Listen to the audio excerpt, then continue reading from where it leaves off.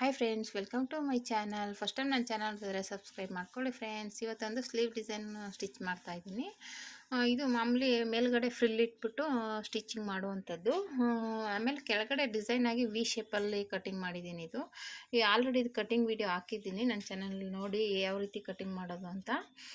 ಕೆಳಗಡೆ ವಿ ಶೇಪಲ್ಲಿ ಬರುತ್ತೆ, ಮೇಲ್ಗಡೆ ಬಫ್ ಇಡಬೇಕು, ಎಕ್ಸ್ಟ್ರಾ ಸೀರೆ ಪೀಸಲ್ಲಿ ಅಟ್ಯಾಚ್ ಮಾಡಿ ಇಡಬೇಕು. ಇವಾಗ ಇದನ್ನು ನಾನು ಕೆಳಗಡೆ ಮತ್ತು ಕೆಳಗಡೆ ಬಂದ್ಬಿಟ್ಟು ವಿ ಶೇಪಲ್ಲಿ,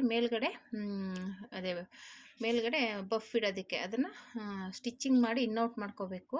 ಅದು ಇನ್ನೌಟ್ ಮಾಡಿಕೊಂಡು ಪಾಯಿಂಟ್ ಹೊಲಿಗೆ ಹಾಕ್ಕೊಂಡ್ರೆ ನಮಗೆ ಅದು ಒಂದು ಶೇಪ್ ಬರುತ್ತೆ. ಅದು ಹಾಕ್ಕೊಂಡಾಗಲೇ ನಮಗೆ ಆ ಶೇಪ್ ಗೊತ್ತಾಗೋದು.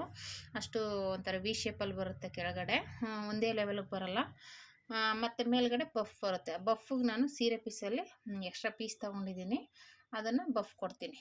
ಹಾಗಾಗಿ ಈ ರೀತಿ ಇನ್ನೌಟ್ ಮಾಡಿಕೊಂಡು ಸ್ಟಿಚ್ ಮಾಡ್ಕೋಬೇಕು.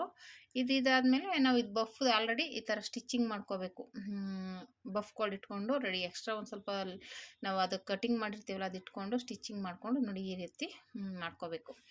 ಈ ರೀತಿ ಮಾಡಿಕೊಂಡು ಎಕ್ಸ್ಟ್ರಾ ನಾವು ಕಟಿಂಗ್ ಮಾಡಿರ್ತೀವಲ್ಲ ಲೈನಿಂಗ್ ಬಟ್ಟೆ, ಅದನ್ನು ಅಳತೆ ಮಾಡಿಕೊಂಡು ಕರೆಕ್ಟಾಗಿ ಅದರ ಅಳತೆಗೆ ಮಾರ್ಕ್ ಮಾಡಿಕೊಂಡು ಎಕ್ಸ್ಟ್ರಾ ಪೀಸ್ ಬರೋದನ್ನು ತೆಗೆದುಬಿಡಬೇಕು.